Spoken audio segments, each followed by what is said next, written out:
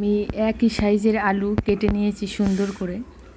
কেটে নিয়ে আলুর মাঝখান থেকে চামচের পিছন দিয়ে কিছুটা অংশ তুলে নিয়ে আলুটা সুন্দর করে ধুয়ে জল ঝরিয়ে আমি আজ শনিবার দেখে আমি মুগ ডাল ভিজিয়ে রেখেছিলাম। মুগ ডালের মধ্যে নুন, হলুদ, কাঁচা লঙ্কা আর যে আলুটা তুলে রেখেছিলাম সেই আলুটা কুচিয়ে নিয়েছি। নিয়ে ওটা সুন্দর করে মেখে আমি ওই আলুর মধ্যে পুর ভরে ভরে একই সাইজের আলু নিতে হবে।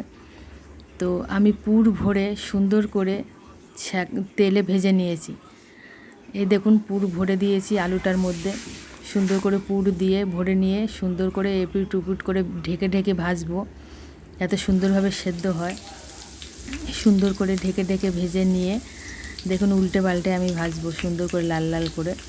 ওর মধ্যে ডালগুলো যাতে সিদ্ধ হয়ে যায়, সুন্দর করে আলুটাও যাতে সিদ্ধ হয়ে যায়, ঢাকা দিয়ে দিয়ে আমি সুন্দর করে উল্টে পাল্টে ভেজে নেব।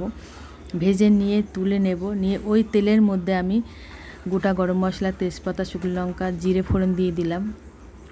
দিয়ে এই মশলা দিলাম আদা, জিরে, লঙ্কা আর কাজু, কিশমিশ আর পোস্ত বাটা দিয়ে আমি সুন্দর করে কষাবো।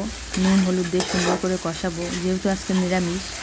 সুন্দর করে কষানোর পরে মশলাটা যখন কষানো হয়ে যাবে তখন আলুর ডাল ভরা আলুর পুরগুলো দিয়ে কষা কষা করে ঘি, গরম মশলা, মিষ্টি দিয়ে ধনেপাতা দিয়ে আমি সুন্দর করে মাখো মাখো করে রান্না করলাম। যেহেতু ডাল দিয়ে একটু রসে রসে রাখলাম, না হলে ডাল জল টেনে নেবে, ঝোলটা টেনে নেবে।